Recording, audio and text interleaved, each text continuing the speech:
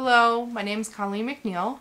I'm an English education major here at Valley City State University. I'm in my senior year. Just want to start off telling you a little bit about myself. I was born and raised in Philadelphia, Pennsylvania, and I spent most of my life on the East Coast. I started college right after high school, and I attended Penn State University for about a year and a half as a liberal arts major. And I ended up stopping school because I really just didn't know what I wanted to do. I didn't have much direction at that point. So I took a few years off, and I went back about 5 years later to pursue a degree in nursing, starting out at the Community College of Philadelphia. Around the same time that I went back to school, I was offered a job as a teaching assistant, and I ended up falling in love with it, and I found that I really had a passion for teaching. So I decided to kind of switch gears a little bit, and instead of going for nursing, I started pursuing a degree in education.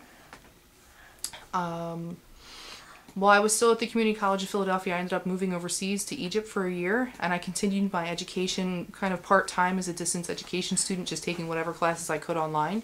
When we came back to the United States, my family and I ended up settling here in San Francisco, California, at which point I took a year off and I went back to school at Kenyatta College. It's a community college out here. It's really great.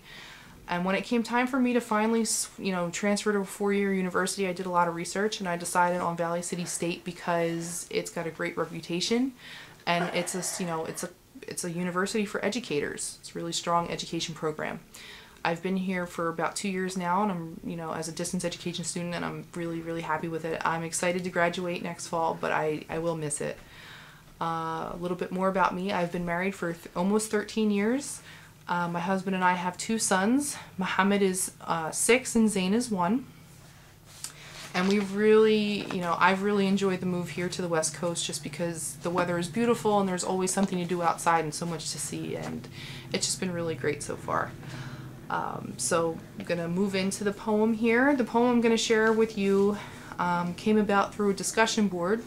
My professor, Lee Kruger, gave us a prompt. He wanted us to think about an image that we kept coming back to time and time again, almost like something that was haunting us.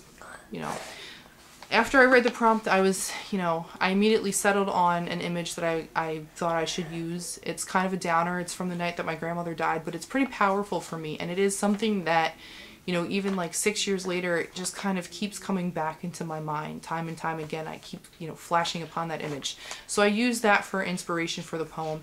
After I settled on that image, I wrote some prose. It sounded a lot like a diary entry, but I tried to really focus on, the sounds and the other images that were there that night and how I was feeling, and just kind of like an overall general account of what I went through that night.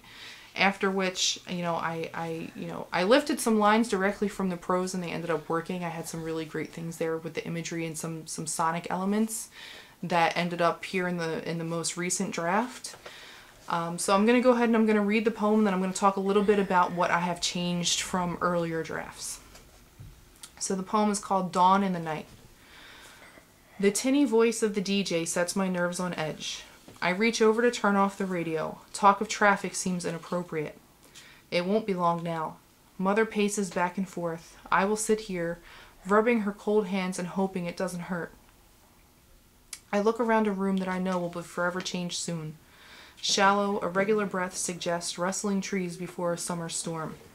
The blue blanket rises and falls with each pull of air. Lids melt into her cheeks, and the stethoscope on her chest seems so final, but her heart beats on. Mum always loved watching the sun stream in while the cats rolled in the beans. I picture her standing over the sink, blowing smoke out the window when I was young, a pale marbled pack of Benson and Hedges on the counter, her tongue following each wisp of smoke as it left her mouth. I try to see it happen, to see it change, but I miss it. The nurse tells us what we already know. No more music at dinner, no more digging in the warm earth to plant her tulips, no more fires on snow days.